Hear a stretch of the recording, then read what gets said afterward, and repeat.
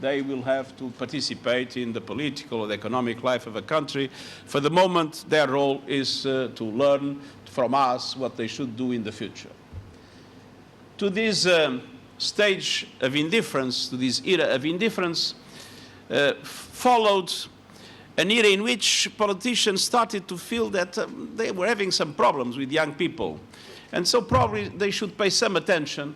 And we entered into the age of propaganda, which was politicians started to talk to young people and to tell young people things, trying to convince them to support them or to convince them to be integrated in their political movements in different ways, but not really to giving them a chance to express their own opinions or to have any kind of influence.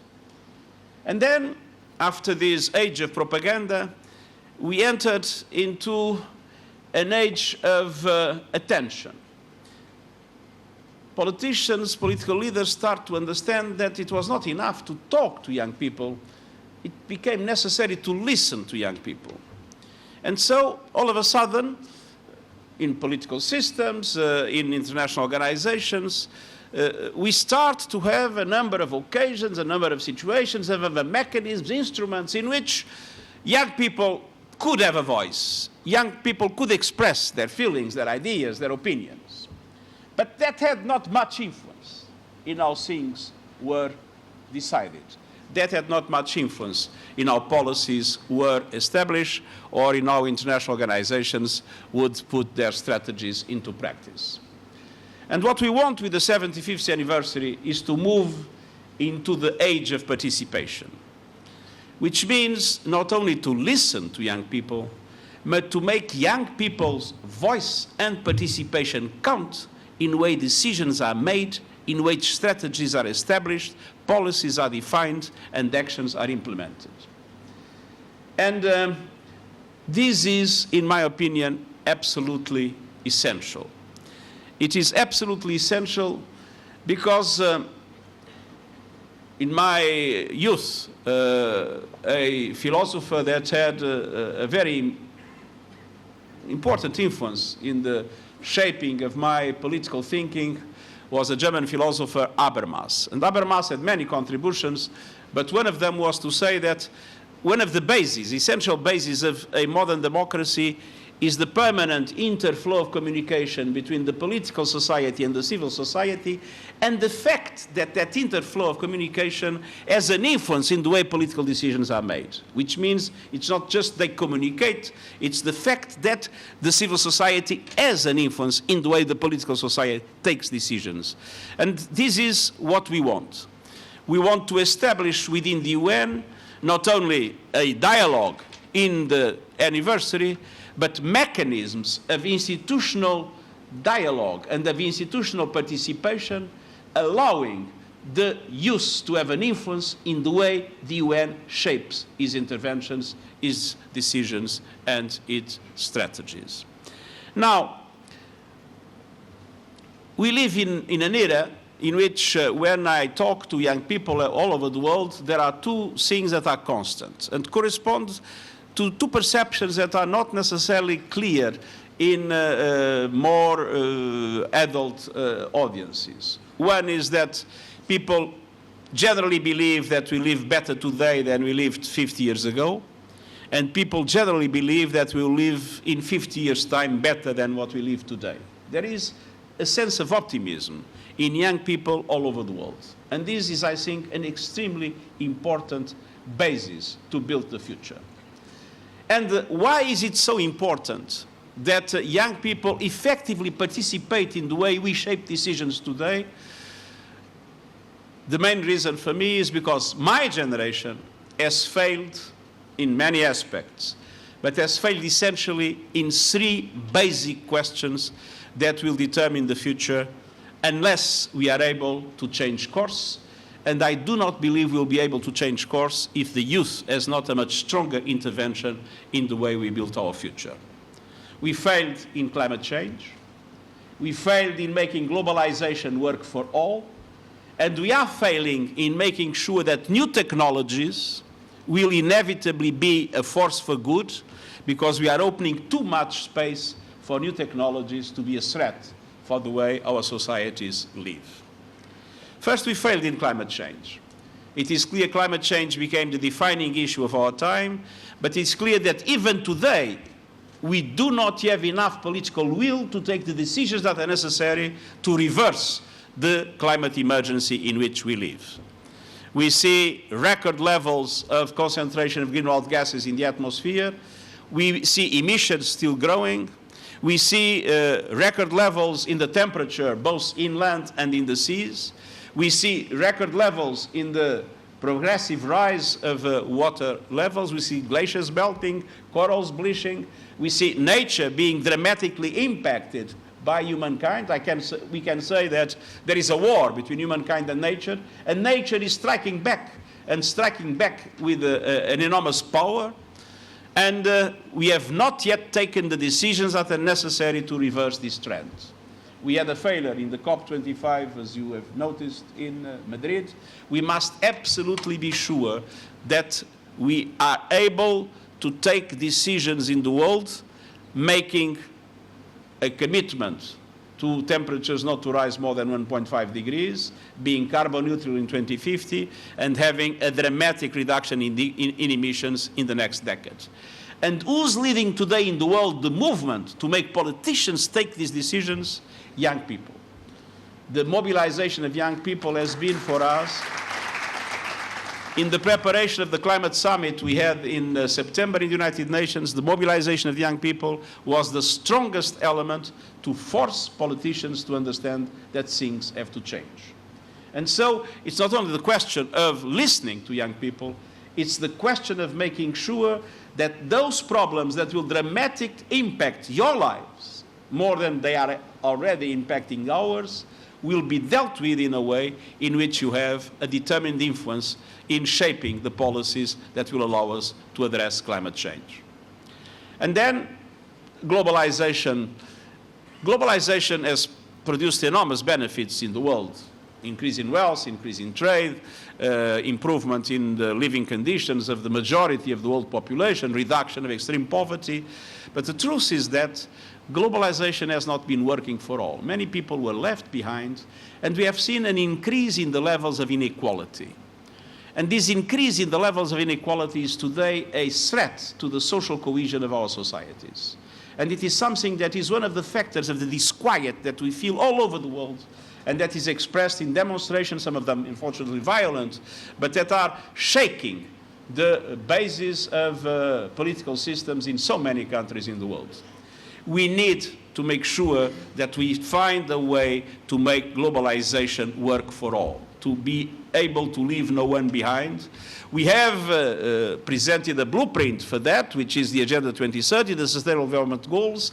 But what we are seeing is that things are still moving in a way in which, if the present trend is maintained, we'll come to 2030 with the Sustainable Development Goals not reached, being somewhere halfway between what we are today and what we want to be in 2030. And the truth is that, again, there is a lack of political will. And that lack of political will can only be overcome if those that will live and will be determinant in the next decades will be able to have a much stronger influence in the way economic strategies are defined, social policies are defined, and educational policies are defined, to make sure that we are able to have a fair globalization, to have each country with economic strategies, development strategies that are indeed aiming at the whole of the population, and to make sure we leave no one behind. And leaving no one behind, there is a central question of equality, which is the gender question that was mentioned. We still live, let's be frank, in a male-dominated world with a male-dominated culture, and we still have enormous difficulties for women to be able to play the role that they must play for our world to be more fair, more compassionate, and more able to avoid the permanent cycles of conflict in which we have lived.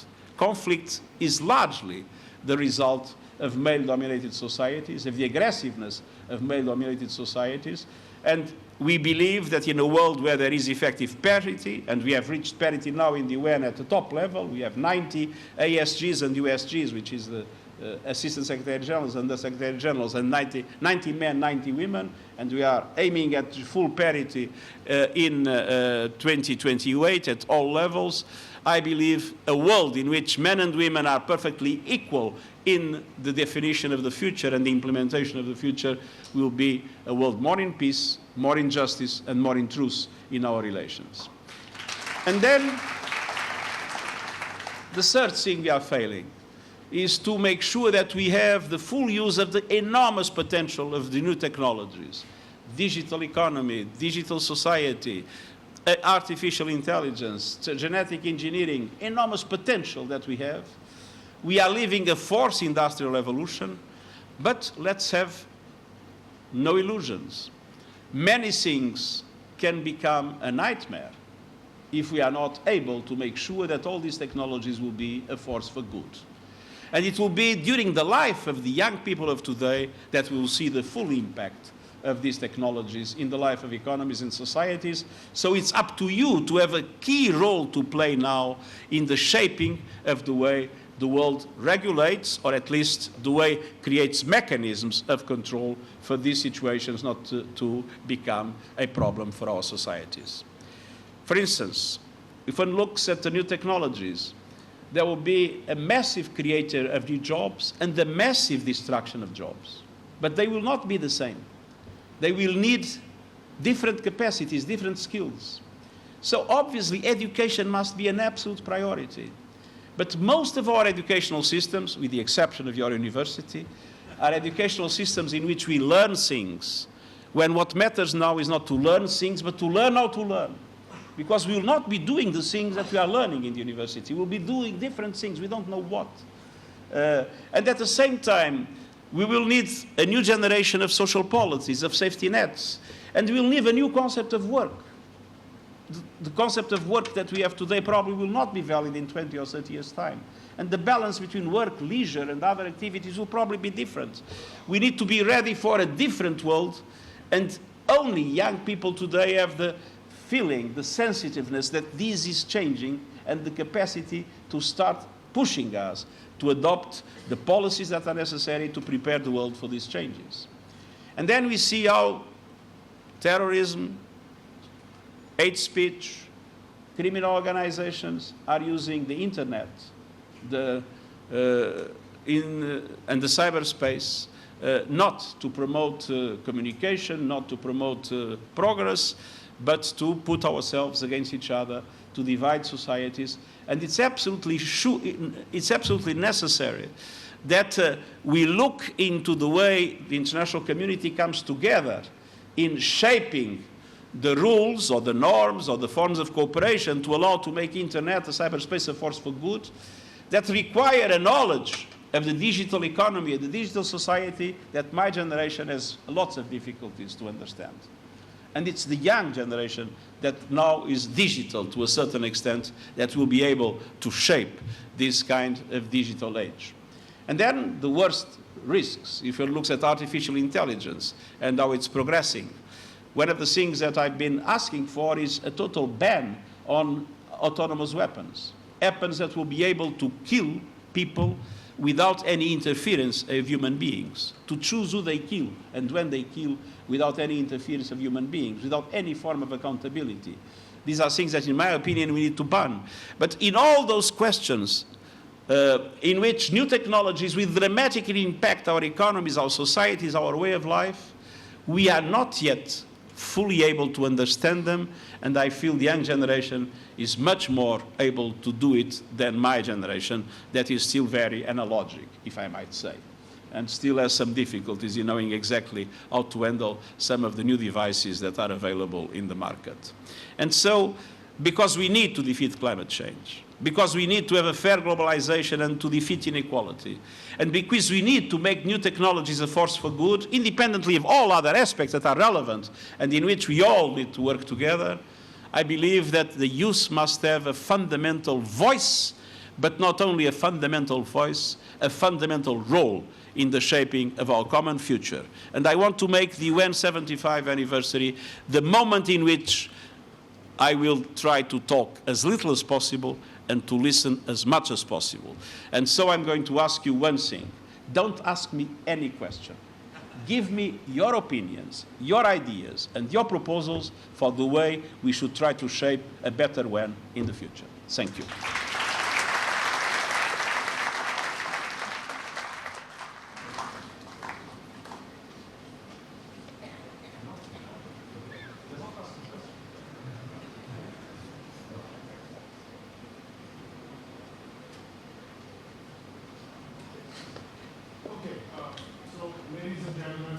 First of all, thank you so much, Your Excellency. That was very, very eye-opening for many of us. You can clearly see the theme is a focus on youth participation. Take it. You want me to sit? Oh, I always follow instructions.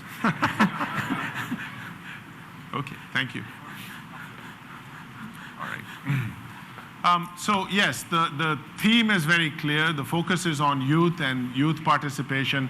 And you heard, Your Excellency, which is he'd like to hear your ideas, your comments, and perhaps ways forward to deal with the several topics that he raised. So here are the rules for engagement. I will ask you to kindly raise your hands and encourage especially youth to speak, because there are many of you here. And I will take 3 questions at a time, or 3 comments at a time, whatever you wish them to be. And then if the Secretary General decides to make a comment or to respond, he will. Otherwise, we'll move on to the next 3. Okay? So please identify your name, your institution, and let's get started.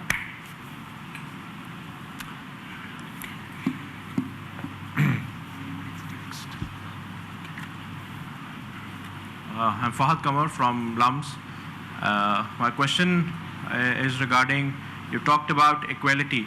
So if we talk equality, so if we see United Nations, there's a certain elite group that has the power to veto certain decisions.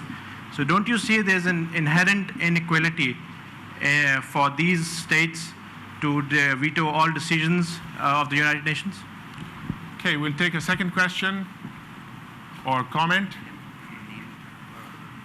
So I'm Josefa, and I'm one of the students at LUMS.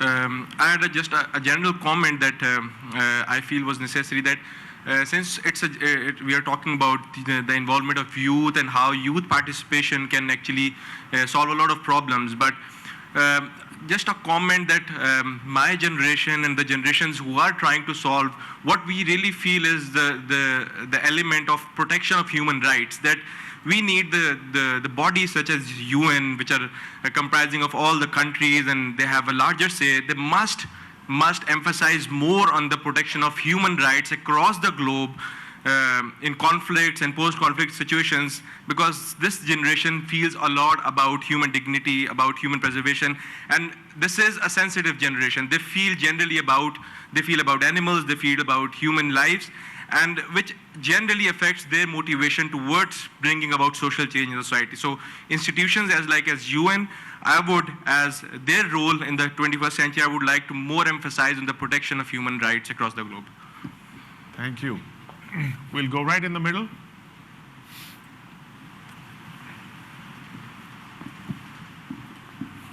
Thank you for giving me opportunity to speak. I am Kareem and I am a student of law at LUMS.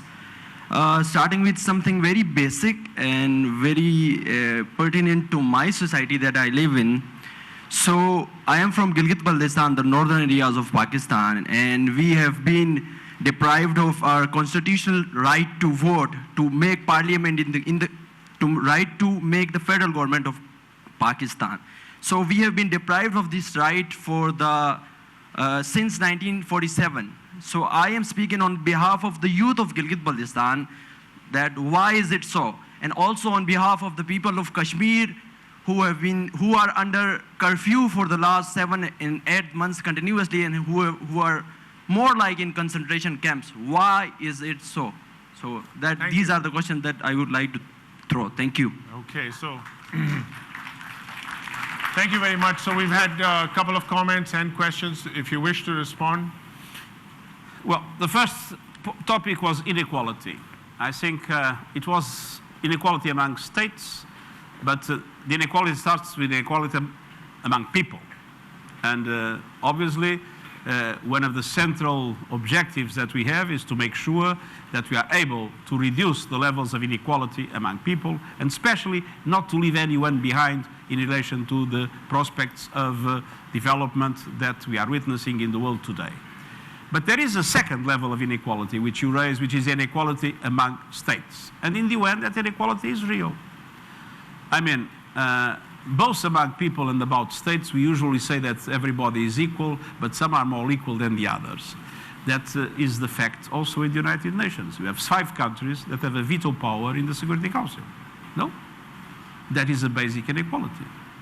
And indeed, what we see in international relations today, I come from a small country, no?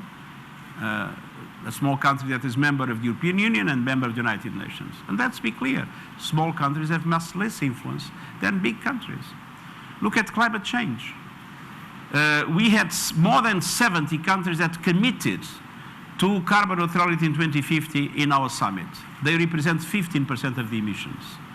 All those big emitters in the world have not yet committed to do the same, because they feel they are more equal than the others. And we really need to make sure that equality among people, which is not only equality of income, it's equality of opportunities, is the fact that in many societies, the children of those that were in the best universities are those that go on being in the best universities. And the children of those that were not in the university or were in the bad universities are the ones that still go to the bad universities. I mean, we need equality among people, but we need also equality among states. It will not be easy to reach. I have to say that we have been trying to reform the Security Council since many, many decades ago, and things are not moving. Because one of the things I've learned in my life is that power usually is not given. Power needs to be taken, and that is not always possible. Now, the second question about human rights. You are absolutely right.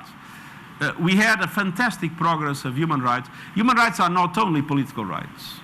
Human rights are political, civil, but also economic and social rights. You were talking about hunger. To eliminate hunger is to promote human rights. To eliminate extreme poverty is to promote human rights. So you need to have an understanding that all rights are important. The right to speak, the right to freedom of association, political rights, but also the right to have health, to have education. So all those rights need to be seen together. And the truth is that we are seeing in relation to some of the civil and political rights a pushback. The civic space has been shrinking in many countries of the world. The capacity of the civil society to participate has been shrinking. We see more journalists in jail. We see more human rights defenders in jail. And so it's very important to have a pushback on the pushback, and to have a strong commitment, and young people can play a very important role in order for the full respect of human rights, both political and civil and economic rights. And of course, this is true everywhere, and it's true particularly in the situations we have more dramatic violations of human rights. And I've been saying very clearly in relation to, I spoke on many issues about Kashmir during this visit, but one of the things I've said, it is absolutely essential to have human rights and fundamental freedoms for the people to have their lives and their dignity fully respected. Thank you.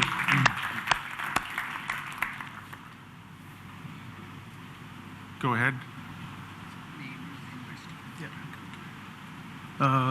Good to have you here, sir. My name is Mujtaba and I'm from LUMS as well.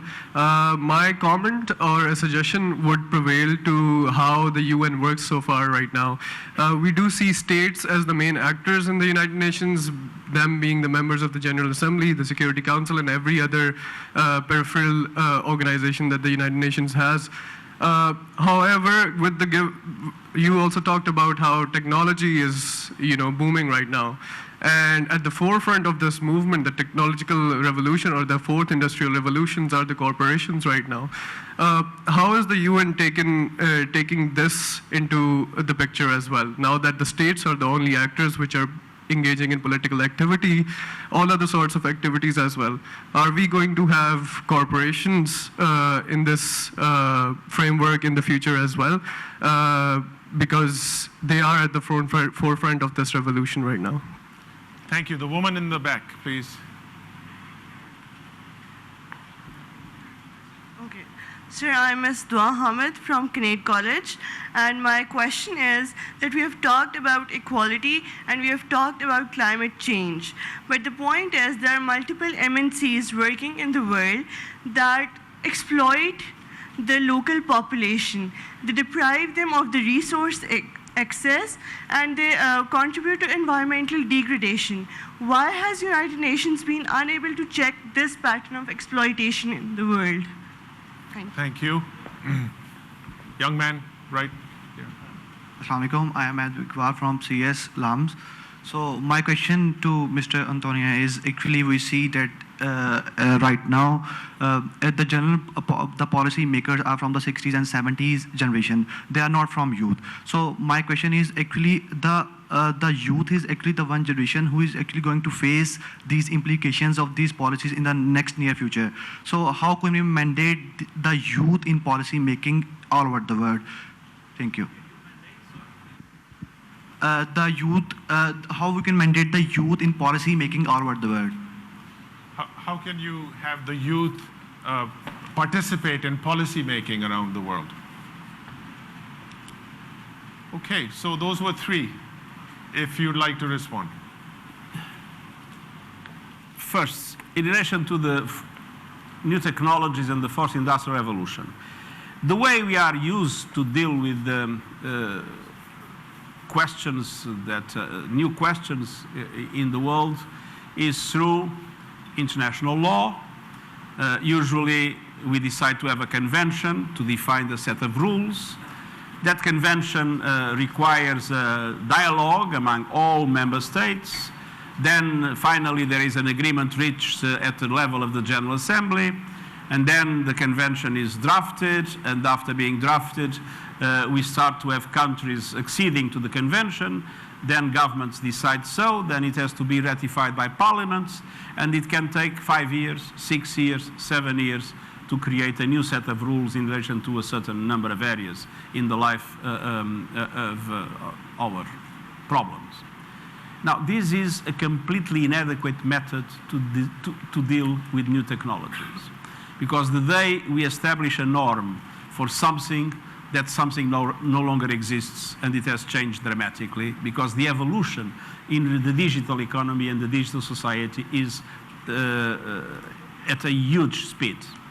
So what we created an high-level panel on digital cooperation. We gathered some of the most important companies, several governments that are very, I would say, forward-looking in this dimension, researchers, people of the civil society, lawyers. We brought them together, and they came with a number of suggestions and a number of conclusions to recommend to the United Nations and to the international community as a whole. And the main principle is, what we need is not formal, rigid forms of international law, except in some areas. For instance, when I mentioned I'd like to see a ban on autonomous weapons.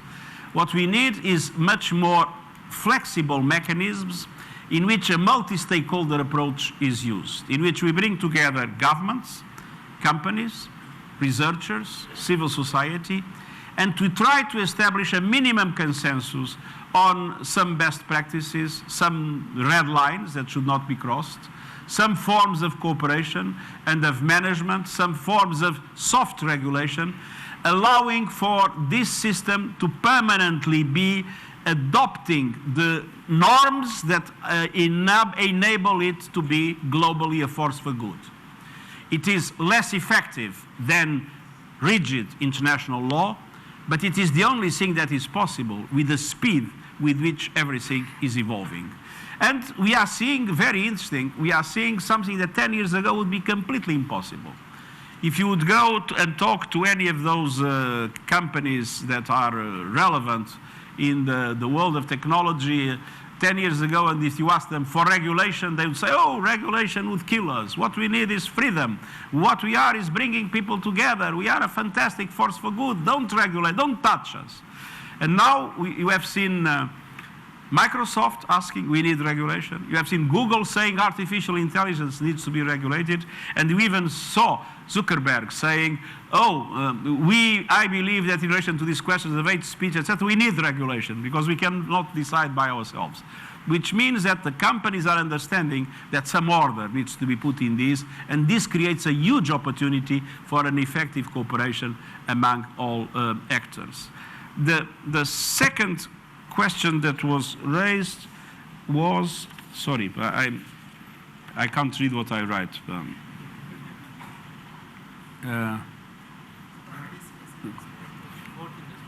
Sorry? It was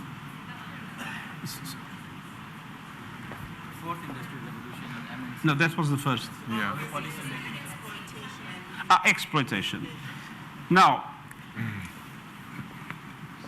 the way international systems are today defined are ways in which multinational corporations benefit in all areas. First, they can put their activities where they are cheaper, where salaries are lower and rights of workers are lower. They can move their income in a way that they pay taxes in the countries where taxes are lower, and some of them do not pay any taxes. And so the system has been organized in a way that because of the inability to have global rules and the fact that countries are competing with each other, that creates a situation in which global multinational corporations take the best of everything.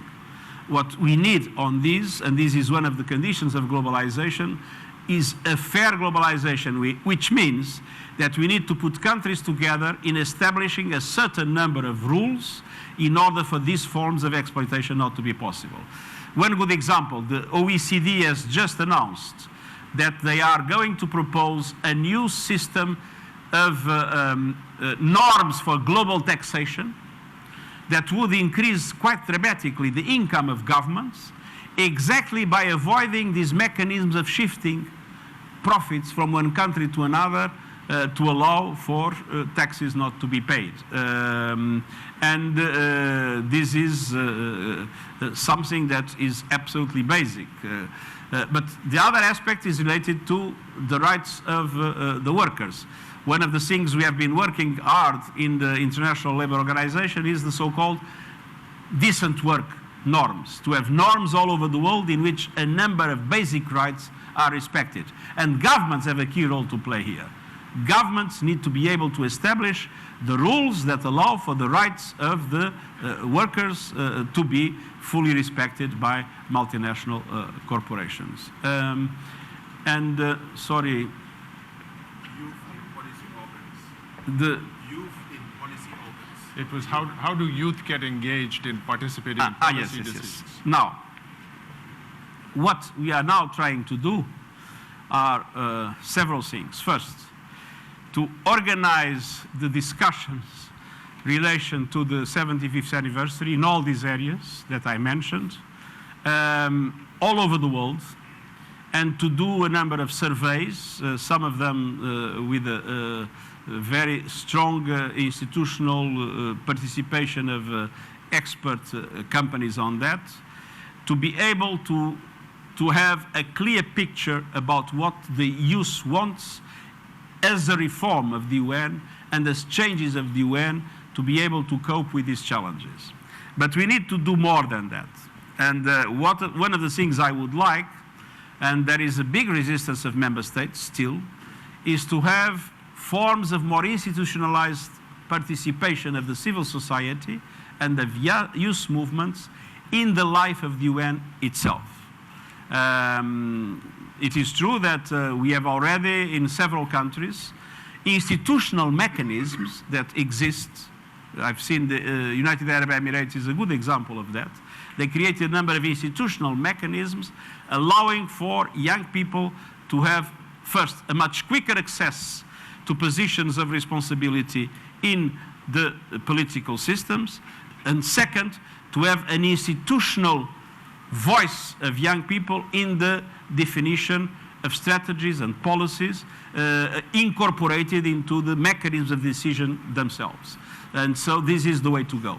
We need to make sure that we anticipate the possibility of young people to have a role, and also in the way we recruit candidates, politicians, etc., to have much more presence of young people in our political bodies, and the same in the context of the United Nations. Very good. Thank you. Okay, we just have a few minutes left, and for this last round, I'm going to request questions only from women. For reasons that are obvious, especially because of all the efforts the Secretary General has made to give voice to women. You not to ask, don't ask now 3 questions, but give me 3 pieces of advice. If you were Secretary General, what would you think that should be done? What are the 3 advices you want to give me? Okay, so I'm going to take one from each of the sections, and I will start with you. Please tell your name and... Assalamu alaikum. My name is Nikhat, and I'm the Secretary General of the LUMS Model UN Society. For very long, I've heard that the UN is now a talking shop. And I feel that, because since I've been a Munir for my life, I feel that on my heart. And as a Secretary General, the 3 things I would ask you. Why is the UN not more forceful in making sure that states comply with what happens? Second, I'm 23, and when will the world for me be better if the climate change issues don't be resolved at this point in time? And third, if everything that we talk about is, since some states will always be more equal, when will this always be ending? And when will states that have not been equal get that chance to come up and have that opportunity ever again? Thank you. Okay, go ahead. Okay.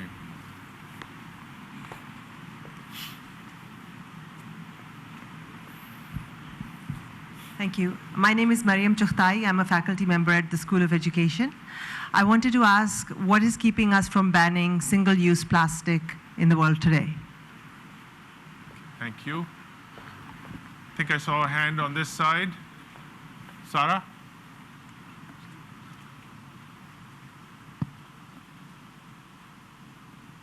Assalamu alaikum. I'm Dr. Sara Qureshi, CEO and founder of Irvingen Craft Private Limited.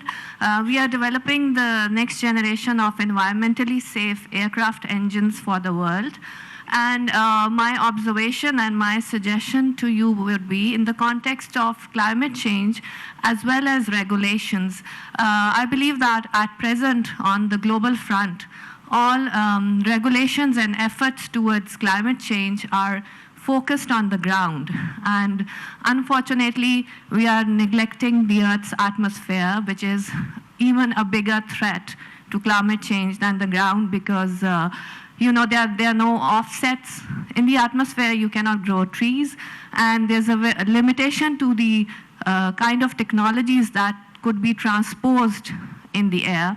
So the climate change due to aviation in the atmosphere is a looming threat. And so far, since I guess the aviation industry is so monopolized and so controlled, we really don't have any regulation or you know, by any of the international bodies on climate change, including the UN. So I would request you to look deeper into this matter, and it has to be you know, done on an urgent basis. Thank you. Thank you very much. Okay, so over to you, sir. Well, I want to thank this last intervention, because it was the only one that really gave a suggestion, and a very valid one. Now, I mean, in relation to your 3 questions, there is one answer. No? The system was defined, the UN system was defined after the Second World War. And it was based on the power relations in after the Second World War. And so, with the Security Council and with the permanent members and with the norms that exist, it is true that that created a structural inequality among member states in the UN. And when you look at the Secretary General, you can say about the Secretary General the same that Stalin said about the Pope. When they were saying that he should do something with the Pope, I said, the Pope, but how many divisions has the Pope? The Pope had no divisions, and the Secretary General has no divisions. There is no way I can go there and abolish the vetoes in the Security Council. The only thing I can do, and I'm doing, is pushing as much as possible through advocacy, through trying to convince member states that this UN of the Second World War is starting to have a basic disconnect with the peoples of the world. And this will be a source of distrust, and that if we want to have a UN in the 21st century that is able to be supported and to be understood by the peoples of the world, we need to shape the present UN in relation to how the world is today, and now not in relation to how the world was in 45. But this is a long way to go. And as I said, power is not given, it's taken, and sometimes it takes a long time to take that power. And those that keep it are keeping it in a very narrow way. So that is a structural problem we have.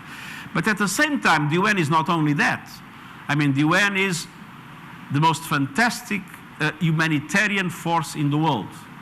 If one looks at all humanitarian action in the world, 50% of it is channeled through the UN. The UN is in peacekeeping, and Pakistan has been an extremely important pillar of peacekeeping activities.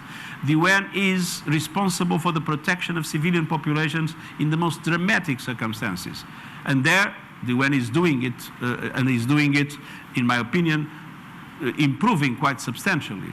The UN is simultaneously a trusted partner of governance in the definition of development strategies. And I've seen it in the relations between the government of Pakistan and our country team.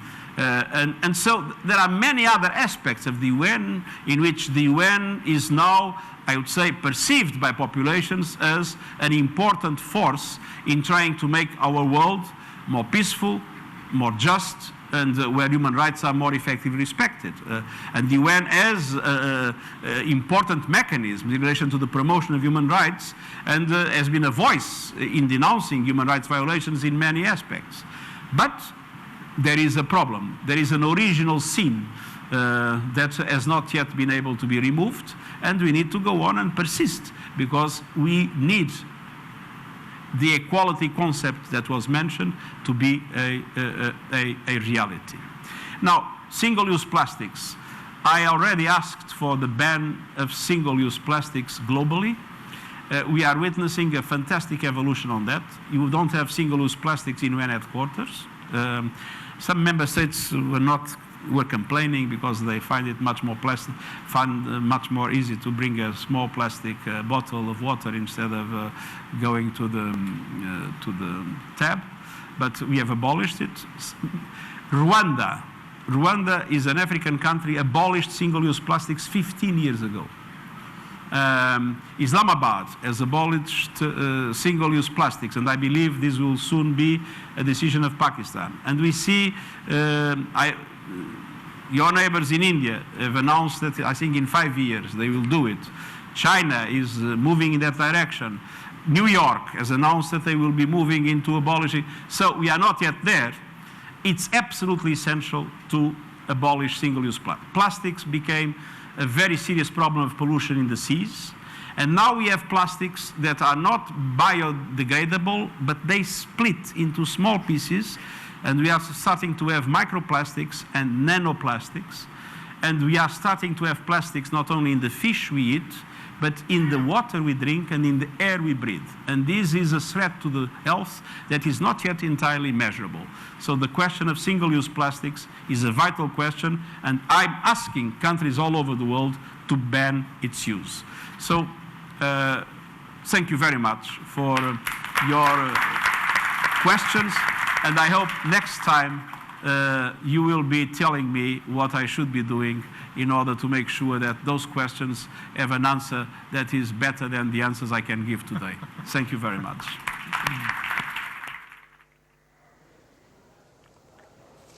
अक़वाम मुत्तहिदा के secretary general Antonio Guterres 21वीं सदी में नौजवानों के किरदार से मुतालिक lumps university Lahore में तकरीब से खिताब कर रहे थे। खिताब करते उन्होंने कहा कि 21वीं सदी में नौजवानों का अक़वाम मुत्तहिदा में अहम किरदार होगा। इदारों के दरमियान डायलॉग का होना बहुत ज़रूरी है। नौजवानों को जदीद टेक्नोलॉजी से हम आहंग करना होगा।